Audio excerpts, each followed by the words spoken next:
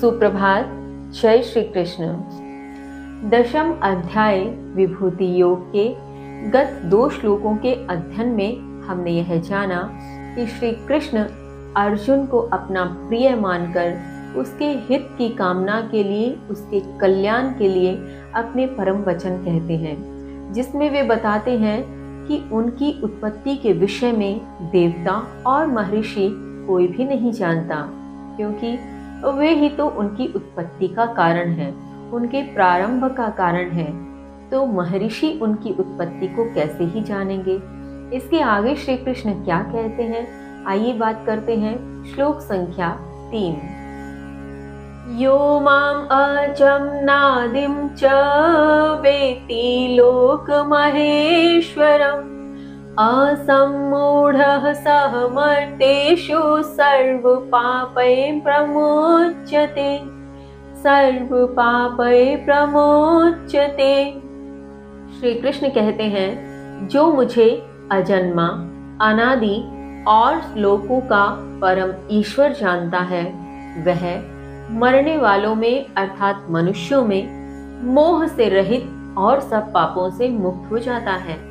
भावार्थ यहाँ श्री कृष्ण समझाना चाहते हैं। वे कहते हैं कि वह व्यक्ति जो यह समझ ले कि मैं अजन्मा हूँ, मैं न कभी जन्म सकता हूँ, न मेरी मृत्यु हो सकती है, मैं अजन्मा ही हूँ, मैं अनादि हूँ, अनादि जिसका न कोई आदि है और न अंत है, अर्थात न प्रारंभ है न अंत है।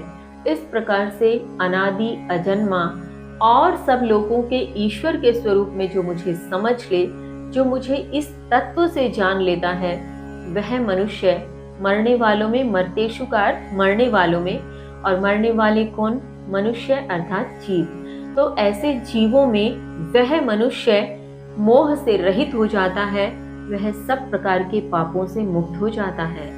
इसके आगे श्री कृष्ण कहते हैं, श्लोक संख्या 4 व 5। जी, अब हम श्लोक संख्या 4 व 5 दोनों का संयुक्त रूप से उच्चारण करते हुए इसके अर्थ को समझने का प्रयत्न करेंगे, क्योंकि दोनों श्लोक संयुक्त रूप से अर्थ को लिए हुए हैं। तो सर्वप्रथम उच्चारण करते हैं। श्लोक संख्या 4। बुद्धिर्ज्ञान सम्मोह क्षमा सत्यम दमः शमः सुखम दुःखम भवो अभावो भयं चाभयं एव च, भयं चाभयं एव च। श्लोक संख्या 5। अहिंसा समता तुष्टिः तपोदानं यशो आयशः भवन्ति भावा भूतानां मत् एव पृथग् विधा, मत् एव पृथग् विधा। श्री कृष्ण कहते हैं, बुद्धि, ज्ञान, असम्मोह, क्षमा, सत्य, दमन, शमन, सुख, दुख, भाव, अभाव, भय, अभय अर्थात निर्भय, अहिंसा, समभाव, संतुष्टि, तपस्या, दान, यश और अपयश, भिन्न भिन्न प्रकार के जीवों के यह भाव मुझसे ही होते हैं। भावार्थ, यहाँ श्री कृष्ण अनेक प्रकार के भावों के विषय में कह रहे हैं, जिसमें कुछ शब्द बहुत सामान्य हैं, सरल हैं, जिनका अर्थ हम समझते हैं, किंतु कुछ शब्द जिनके अर्थ पर ध्यान देने की आवश्यकता है, वह है असम्मोह अर्थात सम्मोह से रहित, संशय से रहित या मोह से रहित भी कहा जा सकता है। दमन, दमन से अर्थ होता है इंद्रिय निग्रह अर्थात इंद्रियों को वश में रखना।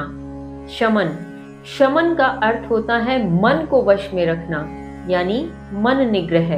तो इस प्रकार से मन को वश में रखना, दमन अर्थात इंद्रियों को वश में रखना, मोह से रहित, सुख दुख, यश अपयश, सत्य, क्षमा इत्यादि अनेक प्रकार के भाव जो हम अपने इस जीवन में देखते हैं, और इनमें से अनेक भाव हमारे भीतर से भी होकर गुजरते हैं प्रत्येक स्थिति के अनुसार। तो श्री कृष्ण कहते हैं कि यह सब भाव भिन्न भिन्न प्रकार से जीवों के भीतर मुझसे ही उत्पन्न होते हैं, वही सब भावों के आदि हैं, वही इसकी उत्पत्ति हैं, वही इसके कारण हैं। इसके आगे श्री कृष्ण क्या समझाते हैं जानेंगे कल। तब तक के लिए जय श्री कृष्ण।